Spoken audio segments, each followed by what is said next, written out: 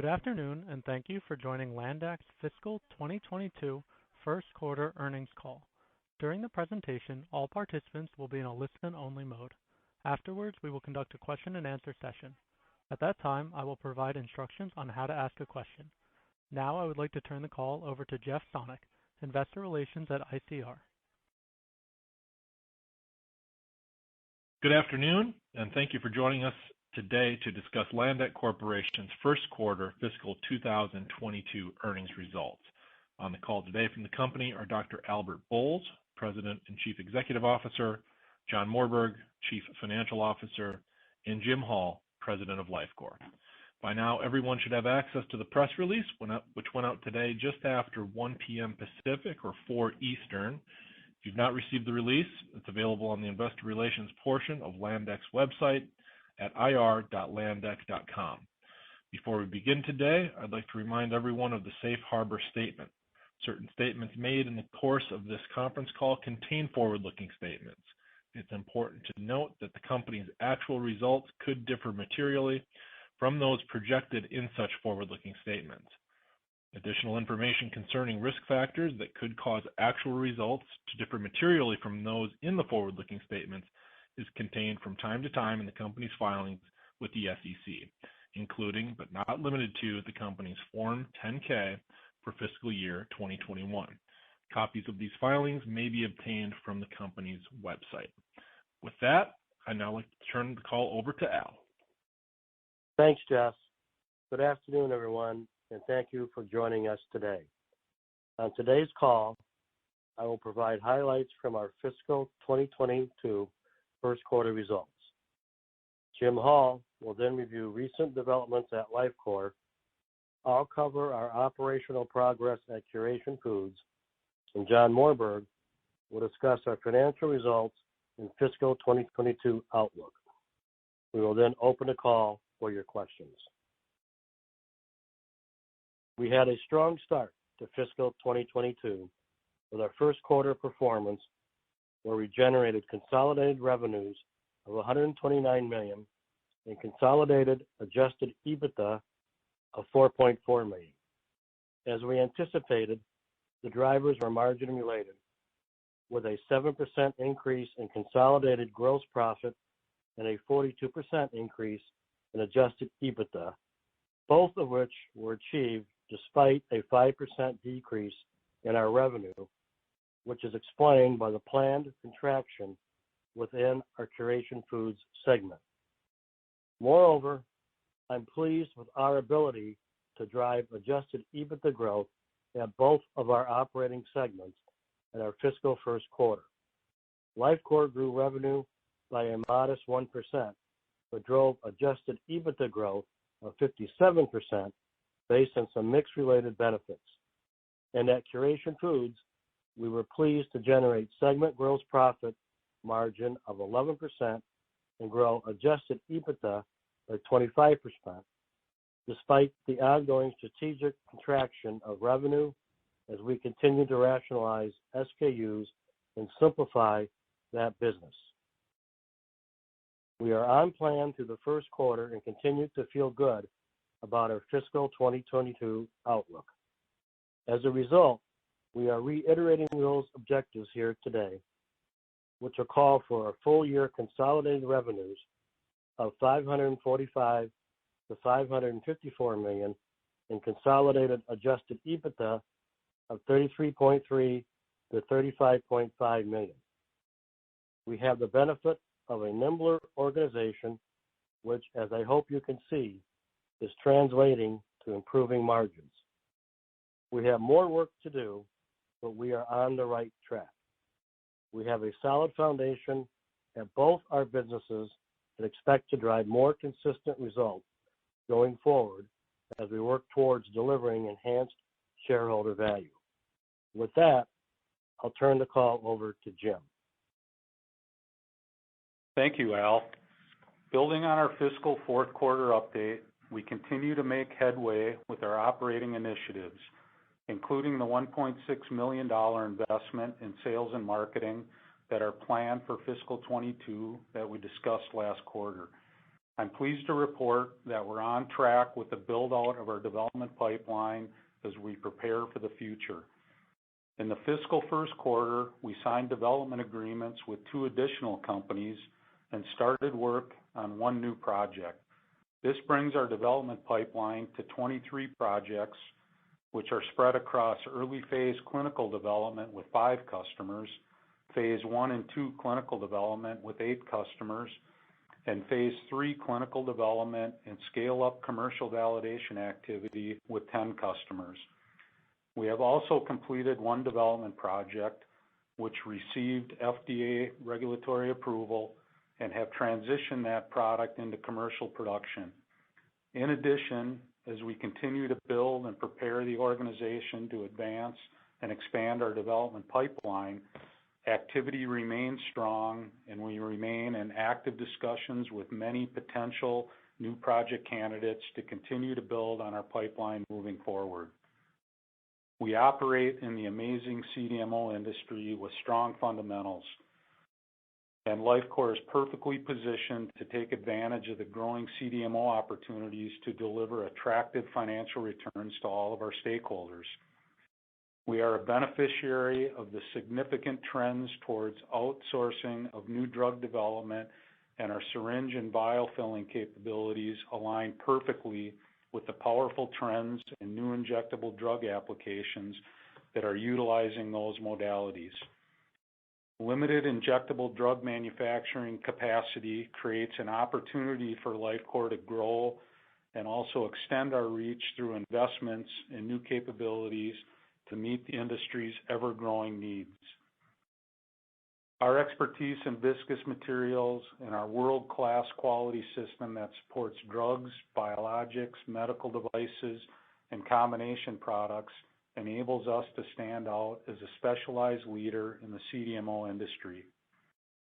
We are preparing for the future through operational and capital investments with the $1.6 million investment in the P&L this fiscal year through sales and marketing and development resource expenses to expand our reach with new customers and to increase our development service capabilities, which ultimately allow us to continue to expand our development pipeline and open new sales channels that complement our existing capabilities. From an operational perspective, we are intensely focused on enhancing our organization to ensure that we remain prepared to meet our growth objectives.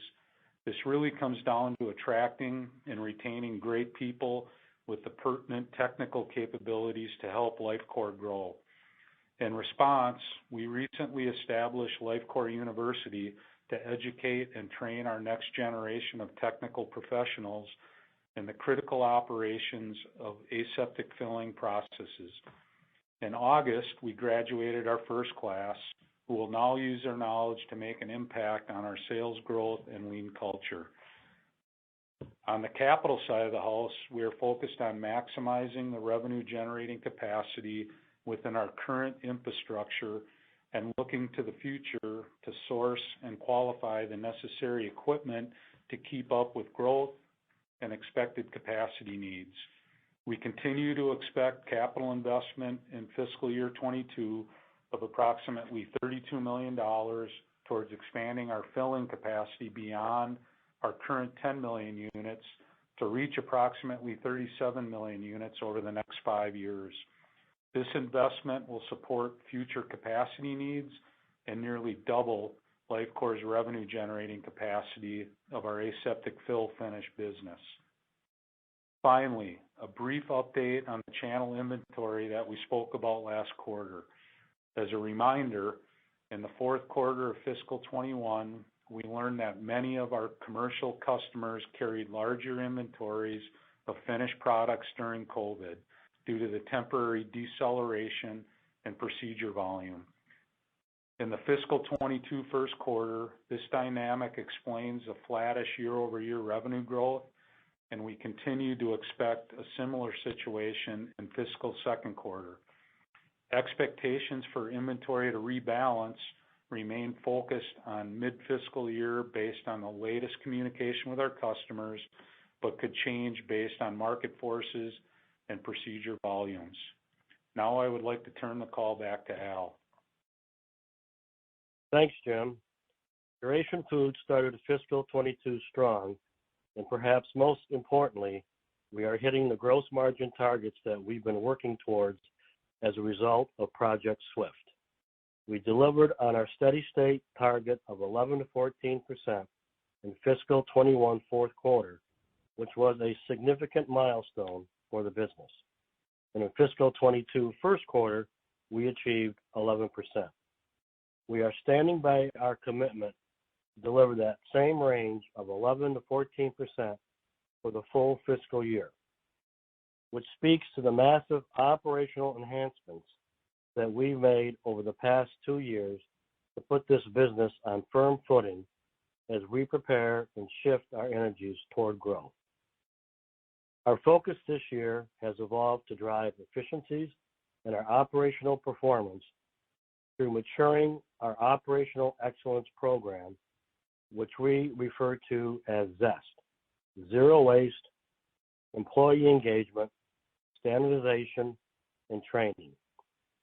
This is an approach based on the lean principles that are well recognized for improving operational performance. ZEST is only possible now that we have done the work to simplify the business through strategic moves to reduce organizational complexity, divest non-core assets, broaden leadership accountabilities, and flatten our management structure. Of course, inflation is having a significant impact across a variety of industries, and here at Curation Foods as well. While we'll continue to believe that we are in a relatively better position given all the operational enhancements we've made over the past 2 years of Project Swift, categories such as packaging, freight, and supplier-related costs are things that we are dealing with daily. We have a focused program to drive continuous productivity through the supply chain with a concerted effort to offset cost increases. Where we are unable to offset cost increases, we are also working with our sales teams to implement price increases as we are committed to maintain gross margins in the 11 to 14% steady state range that I have previously discussed. Many supply chains remain dysfunctional post-COVID as well, and we are seeing issues with some suppliers of salad dressings and other inputs that are complicating our operation and to a limited extent subduing our ability to meet demand. As expected, our fresh packaged salads and vegetable business declined 7% in the first quarter of fiscal 22 due to veggie trays being discontinued from club stores as a result of COVID and fewer people being able to congregate. We are now just starting to see retailer interest in bringing back trays, and we see an opportunity for the business to pick up as fiscal year 22 progresses. Our avocado products business was essentially flat in Q1 of fiscal 22, partly due to SKU rationalization with certain customers and a timing delay in our promotional activity as our guacamole now or squeeze product test was delayed from Q1 into Q2. We remain excited about our growth in the squeeze product. We continue to pick up additional customers, and we are now capable of bidding on private label guacamole opportunities as our HPP line is now in production. On the commercial front, our retailing and merchandising efforts related to resets and new items are continuing to build as we hold additional top-level customer meetings. As planned, we are now seeing introductions of our new products starting to hit the shelves. These products have been delayed for as long as a year due to COVID and include our buffalo cauliflower, spicy sweet kale salad, and ready-to-walk kits. We also introduced a unique packaging design, a saddlebag, into one of our large club store customers, and it is outperforming expectations. The saddle bag replaces a 28-ounce salad with two 14-ounce salads that are in separate bags but fused at the top. This allows consumers to open one salad at a time with a smaller portion size, retaining freshness on the unopened bag. We see the packaging format rolling out beyond the test and improving our overall sales in the salad category later in the year. So on the whole, I'm feeling like we are in a good spot. We have the innovations ready to go. We have distribution accelerating across North America, and we expect to see momentum with resets as we move through fiscal second quarter and into the second half of the year. Now, I will turn the call over to John. Thank you, Al. I'm pleased to share with you our financial results for the first quarter of fiscal 22. I will begin with a summary review of each segment before concluding with a consolidated financial review. Starting with our Life Course segment, first quarter revenues ended at $22 million, a 0.7% increase over the same period of the prior year. CDMO revenues posted an increase of 8% to $17.8 million from the prior year, primarily due to the timing of aseptic commercial shipments.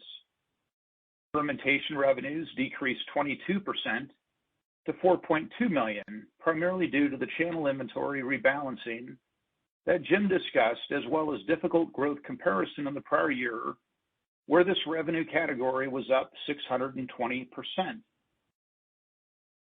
Gross profit margin improved by approximately 330 basis points versus the prior year to 26.3%, largely due to improved product mix. Segment adjusted EBITDA totaled $2.3 million for the quarter, a 57.2% increase over the prior year, and adjusted EBITDA margin was 10.4%, marking 375 basis points of improvement versus the prior year. Let's turn to our Curation Food segment results for the fiscal first quarter. Revenues totaled $106.8 million, a 6.2% decline from the prior year first quarter. Fresh packaged salads and vegetables declined 7%, which was primarily due to the planned reduction in the lower margin legacy vegetable and tray business. Avocado products revenues were approximately flat versus the prior year. Gross profit margin improved by 100 basis points versus the prior year to 11%, which is consistent with our expectations to achieve steady state segment gross margins in the range of 11 to 14% for full year fiscal 2022. Adjusted EBITDA for the quarter totaled $3 million with a corresponding margin of 2.8%. Briefly turning to our consolidated financial performance, fiscal first quarter revenues declined 5.1% to $128.8 million. Selling, general, and administrative expenses decreased $2 million versus the prior year to $15.9 million in the first quarter.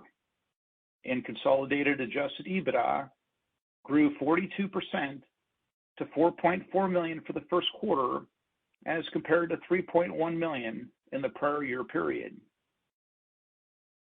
Let's now turn to our cash flow performance. Cash provided by operations was $0.8 million for the first fiscal quarter ended August 29, 2021, compared to cash provided by operations of $17 million in the prior year period. Cash from investing activities improved by $38 million compared to the prior year, driven primarily by proceeds from the sale of the Windset investment of $45.1 million. At the end of the first quarter, our net debt was $155.8 million. We continue to work toward improving our financial position and create greater financial flexibility to ensure that we can execute our strategic plans as we similarly and strategically review each and every aspect of our businesses to ultimately enhance shareholder value. With that, I'll transition to our outlook for fiscal 22, which we are reiterating today across the board. We continue to estimate consolidated revenues in the range of $545 to $554 million, representing a range of flat to plus 2%, and consolidated adjusted EBITDA remains in the range of $33.3 million to $35.5 million, representing an increase of 6% to 13%. At the segment level, we are guiding Lifecore revenues to a range of $105 million to $108 million, representing growth of approximately 7 to 10%, and an adjusted EBITDA in the range of $26 million to $27 million, representing an increase of approximately 6% to 10%. Curation Foods revenues are expected in the range of $440 million to $446 million, representing a slight year-over-year decrease of flat to down 1.4%, and adjusted EBITDA is expected in the range of $12 million to $13 million, representing an increase of approximately 9 to 18%. And as you think about this segment level guidance and how it builds into our consolidated outlook, we think it is helpful to share some framework to inform your modeling and judgment of our future performance. First, starting with Lifecore. As discussed last quarter, Lifecore's top-line growth in fiscal 22 is hindered by approximately 500 basis points due to excess customer inventory as a result of a delay in elective procedures.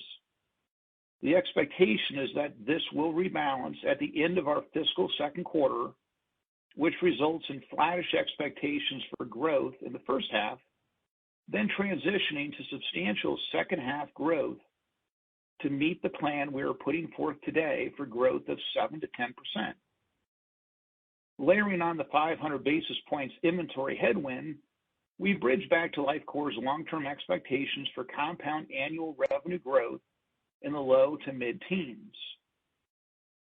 From an adjusted EBITDA perspective, we now expect the first half to approximate less than the 30% of the full year guidance that we anticipated previously due to shifts in expected sales mix.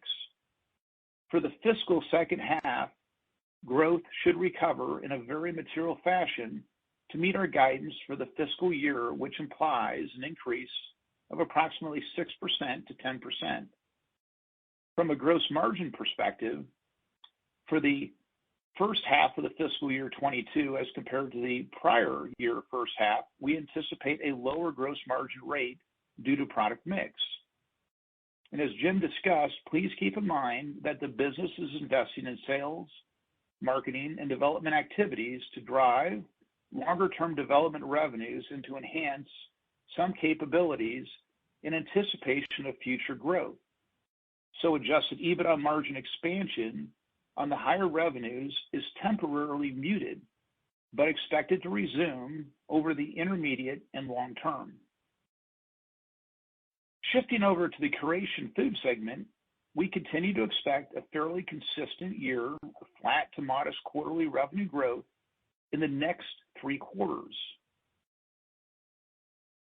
Gross margin has been an important KPI for Curation since embarking on Project Swift, and we expect to drive additional gains in fiscal year 22 as a result of those operational enhancement and simplification efforts that Al spoke to.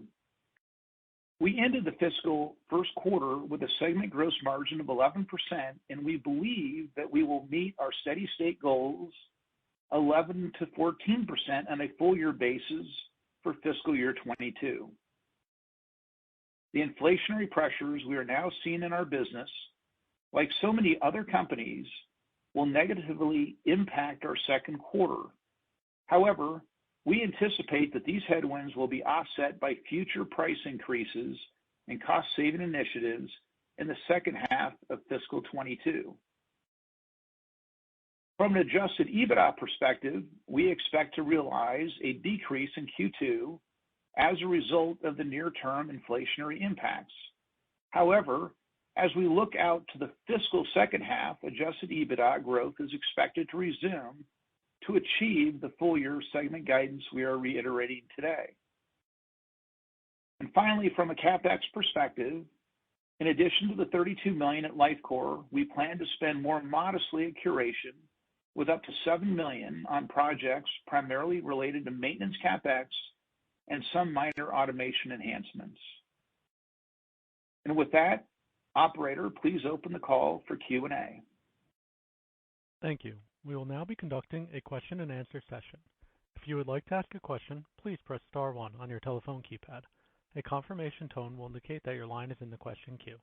You may press star two if you would like to remove your question from the queue. For participants using speaker equipment, it may be necessary to pick up your handset before pressing the star keys. One moment, please, while we poll for questions.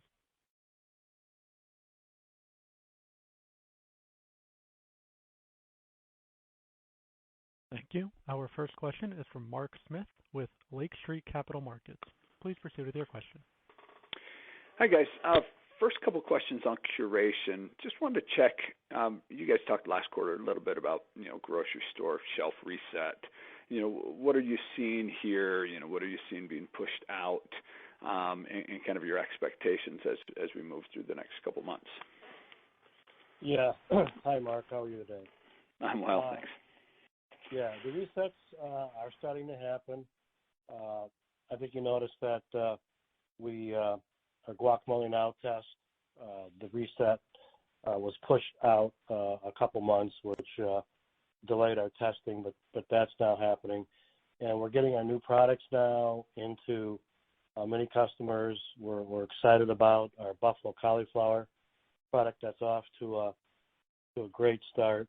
Ready to Walk is off to a good start, and our spicy sweet kale, the resets happened in Canada. We're now national in Canada with that product, and have begun to ship to other customers here in the U.S. So it's really good, Mark, to see that the resets are happening. We're kind of getting back to normal here on the timing of those things.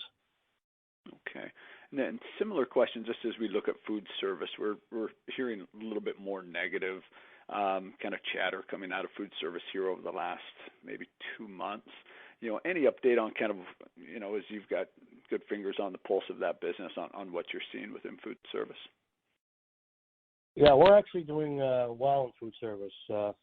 We've picked up some new distribution with our green beans, some other salads. So we're not seeing a slowdown in food service. It's nicely ramping for us. We also see the away from home, like the HelloFresh products. Our demand is very strong on that, and we're also off to a very good start in our e-commerce business with Amazon. Okay, great. And then just turning to Lifecore a little bit, can you just walk through a little bit the gross margin there and some of that delta? Was this, product mix? Was this driven, primarily by the inventory stocking? Walk us through any additional insight you can give us on the gross margin there. Yeah, sure, we can do that. John, do you want to take Mark through that? Yeah, sure. I mean, it's primarily just product mix, right? So the combination of the products within the CDMO side with the aseptic filling, the manufacturing, principally just driving the gross margin story there. Okay, so not as much an impact from the inventory stocking, or does that have maybe some of the impact just as that then impacts the product mix? Yeah, no, it's just really just on the sales side, on the aseptic filling side, just really, really strong demand there, really driving and assisting with the margins for the quarter itself. So, okay, great. Really pleased to see that strong performance of the gross margin for the quarter. Okay, great. Thank you. Thank you. Our next question comes from Anthony Vendetti with the Maxim Group. Please proceed with your question. Thanks. Yes, I just wanted to check on the logistics contract with Castellini, I think it is. Where is that because I know you're outsourcing that, but where is that in terms of being completely rolled out? Is it partially rolled out? And then when it is completely rolled out, what type of savings, either on a dollar amount or gross margin improvement, or what can you tell us about that and the opportunity there? Because that seems like a good opportunity to take out some costs. Yeah. Hi, Anthony. We just started to roll it out in Q1, so we are fully rolled out and beginning to ramp it up. We are seeing already with a couple customers. One of the big reasons we wanted to do this was to get to not only be more efficient but more effective. We're shipping to several customers 5-6 days a week now, where before we were only doing 3. So that's having a positive impact for us.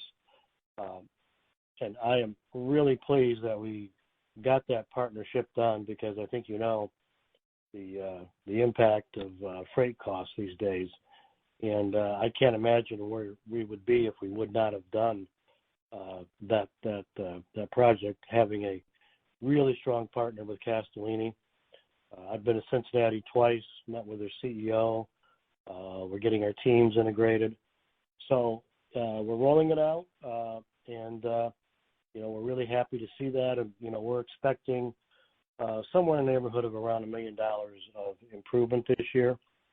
And that's where we are. Okay, great. So overall, it should save you $1 million, but it's not just the savings; it's the efficiency, the benefits to the customer, the on-time delivery. All that is critical, right, going forward? Yeah, Anthony, absolutely right. That's the real reason why we did it. I mean, obviously we want to save costs. Obviously, they're professionals at this. We were not. They're able to hedge their fuel. We never had the scale to do that. But the real opportunity is to get more fresh product on the shelf. It's to decrease our shrinkage on the shelf, which we're starting to see that happen. A couple customers where we are getting the 5-6 day delivery per week program in. And we are now just talking about white space, because I think, as I've mentioned before, Anthony, if you drew a circle from Minnesota to Texas, there's a lot of white space that we were not able to get to before. And now with Castellini, we're able to start talking about with our sales force, how can we get after that white space, particularly on the eSmart side, and really begin to get growth. And it's growth that I call news without SKUs. We don't have to invent anything new. It's just to get the customers that we couldn't get to before. Okay. Lastly, on the cost side, are there any other costs that you're looking at or that you've identified that you can take out of the system in general, not just logistics, to offset some of the inflationary prices that you're seeing?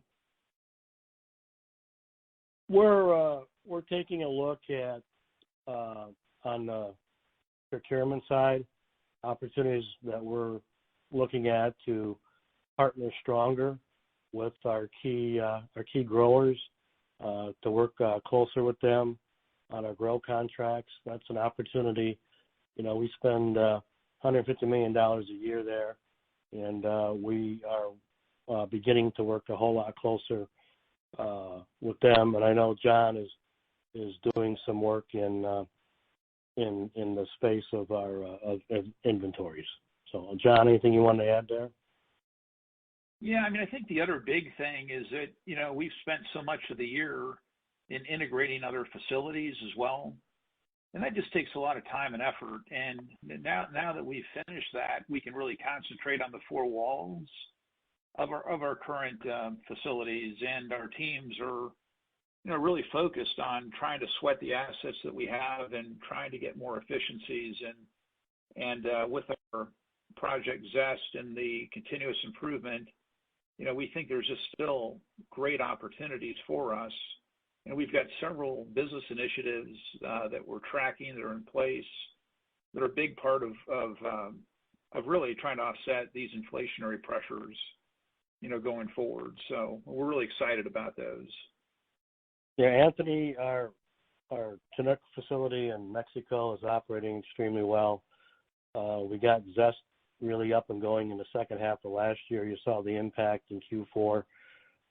We have a really highly engaged workforce in Guadalupe, and we just in the first quarter of this year got it institutionalized in our Bowling Green facility, which is starting to pay dividends for us as well.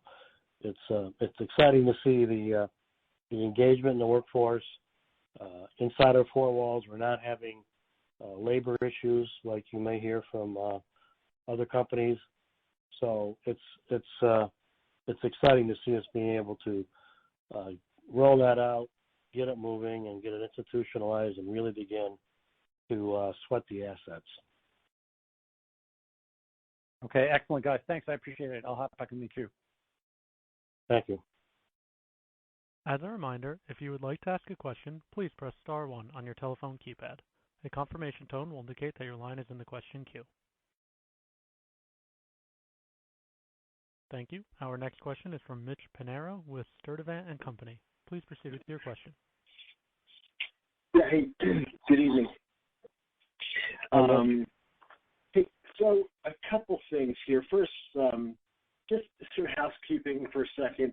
In the press release, the restructuring charges and non-recurring as part of the adjusted EBITDA was $3.3 million, and I realize there's some tax benefit, but in the footnote it says $4.9 million.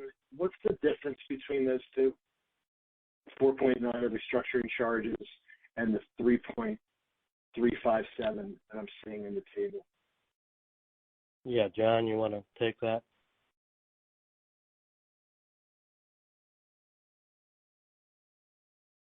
Yeah. Hey, Mitch. Yeah, you know what? I probably need to look at that and get back to you on an answer to that. Okay, that's fine. And then that's fine. As far as I'm bouncing around here. Debt. So the debt ended at $155 million. You're spending obviously some capital. Is it fair to assume that debt will be at $155 million or maybe slightly higher at fiscal year end 22? No, with CapEx and everything, we still see debt, as we discussed last quarter end, somewhere around $180 million of net debt by the end of the year. $180 million of net debt. Okay. Yeah, and that would put us just under. Well, that would put us just under 5 times leverage.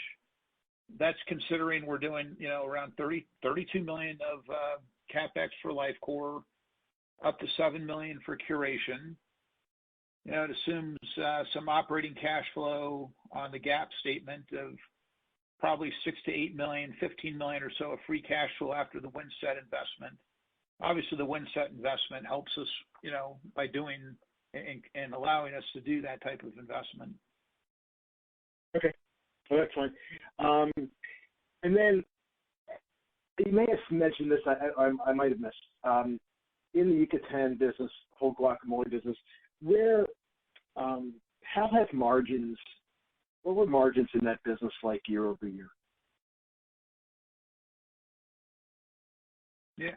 Well, we don't actually give margins out individually for those, the gross margins itself, but they've substantially improved for sure. I think what we said in previous conversations, and Al took that business over, we were essentially didn't hardly have margins, and that was a big part of Project Swift was really operating and fixing that facility, and now we're having that's been a big part of fixing the whole Curation story. Is that still a high 20, 30% kind of gross margin business? Well, so we have, we don't give guidance out. It's not that high, to that level. But we haven't given guidance out on gross profit at the segment level. It's not that high though, but it's a good margin. Okay, I thought that's what the target margin was. My memory may be a little off. Okay, and then one for Jim. How any color on the ZYNRELEF rollout? I mean, has it gone smoothly? Any feedback from Heron on feedback they're getting? Any color would be helpful. Yeah, from our perspective, things are going according to plan. Production's right in line with what we projected.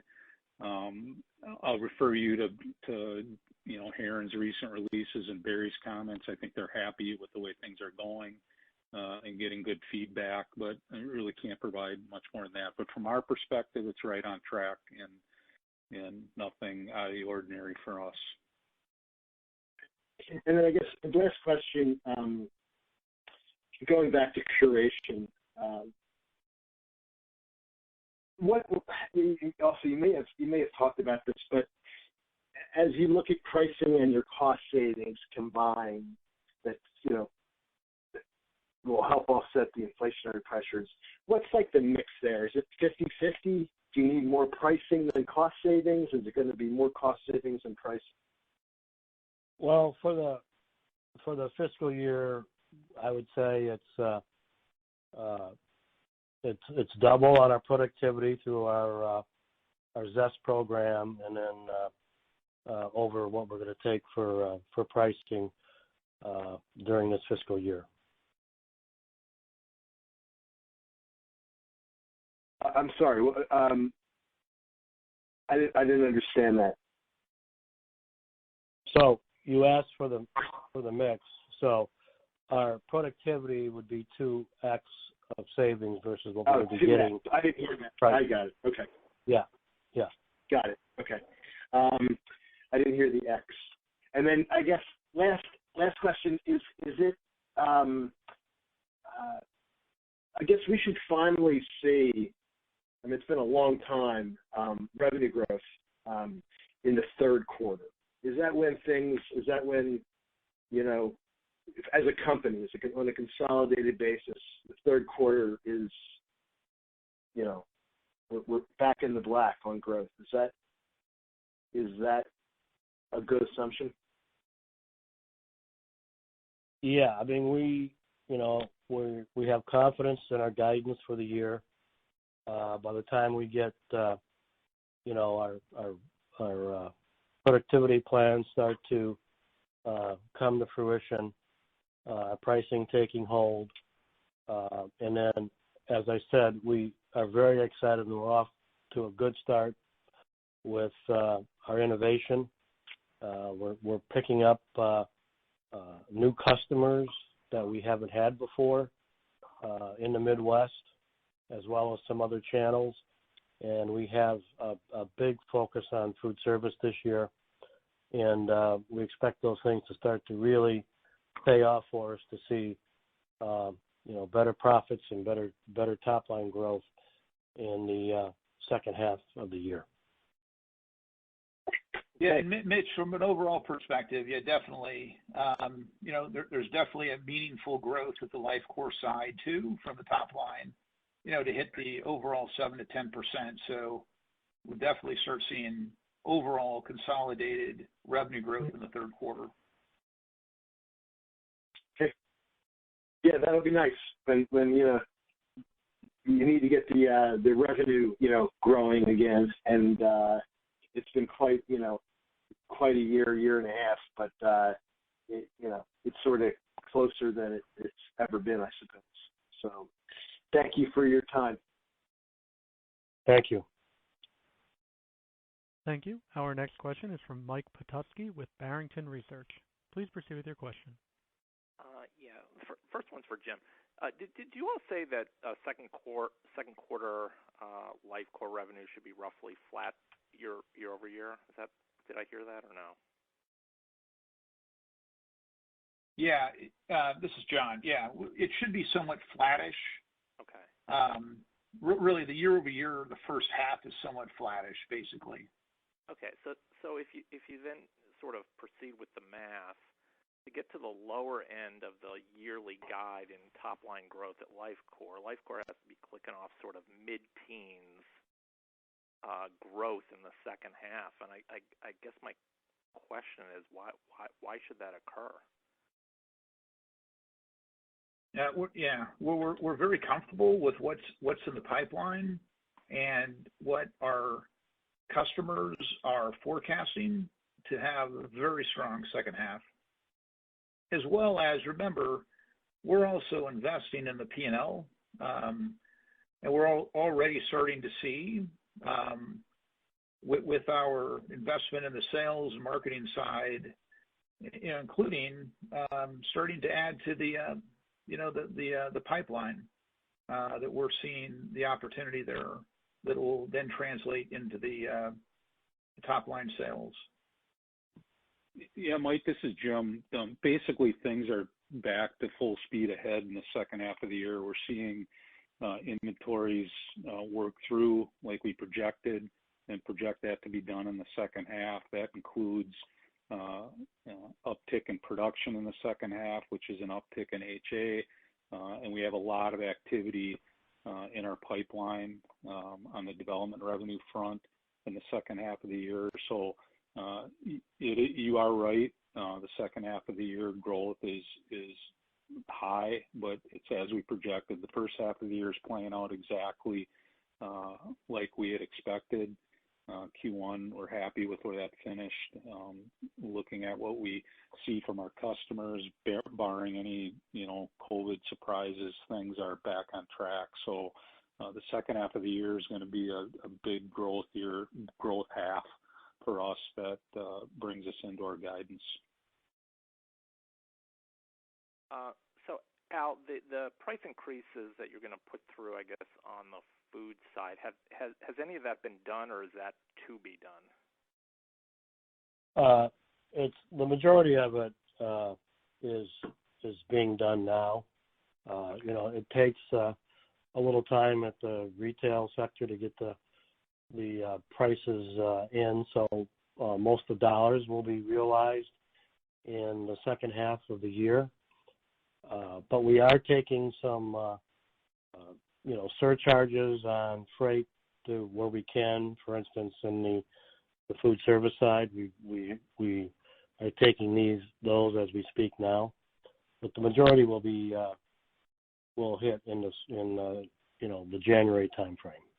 Okay, and when you guys sort of model out, hey, we've got to offset these inflationary pressures, and you talk about cost savings and you talk about price increases. I heard the 2x on the cost savings versus pricing, but can you give us a sort of, and I may have missed it if you gave this, forgive me, but what is the dollar figure we're talking about in terms of your estimated inflationary pressures for fiscal 22? Well, yeah, John. What we're saying, Mike, is we think it's a couple hundred basis points in the second quarter is really what we're saying, and that we're basically trying to cover that, and we will cover it really through the balance of the year with pricing and with some cost savings, and we really feel like the pricing itself on an annualized basis would cover all of the inflation. Okay, so 200 basis points is what I should hear, or what I should take away? Yeah, in the second quarter. Yep. All right, and then on avocado, what's your current outlook for top line growth in that business in this fiscal year? Yeah, I mean, right now we think it's okay. Right now we think it's around the low single-digit growth. It's still growing. right. Okay, so like 2 or 3% for the year. Yeah, we were saying it was probably mid-single digits. Probably just a little bit of delay with the test here. But we did mention, I don't know if you caught it, we've invested in the high pressure line in Chinook, and that enables our sales force now to go after private label, Yep. which is the fastest growing part of our avocado products. So we are actively bidding private label business as well, most of which would not probably hit till later in the year, just by how they do their bidding. But we're excited about the opportunity now that we can go after private label, where we were blocked before because we did not have high pressure. Just one other question, and forgive if I missed this. You guys give a lot of information. Expectation for gross margin in Q2. Do you expect that to be better than gross margin Q2 a year ago, or do you expect that to be flattish or worse? Yeah, no, we still think it's going to have some impact this year, but we still believe it's going to be better than last year in the curation side. No, so we still intend to grow it. I'm talking about consolidated gross margin. Yeah, I think it's going to be still a little bit better than last year, but we're a little bit because of on the curation side will be a little bit better than last year, and not quite as strong on the life core side. So, in summary or in total, it should still be a little bit better than last year. Okay, very good. Thanks, guys. I appreciate it. Mm-hmm. Thank you. Thank you. There are no further questions at this time. I would like to turn the floor back over to Dr. Bowles for any closing comments. Thank you again for your interest in Landec Corporation and your participation on the call today. We look forward to talking to you once again when we release our fiscal second quarter results. Thank you very much. This concludes today's conference. You may disconnect your lines at this time. Thank you for your participation. Have a wonderful evening.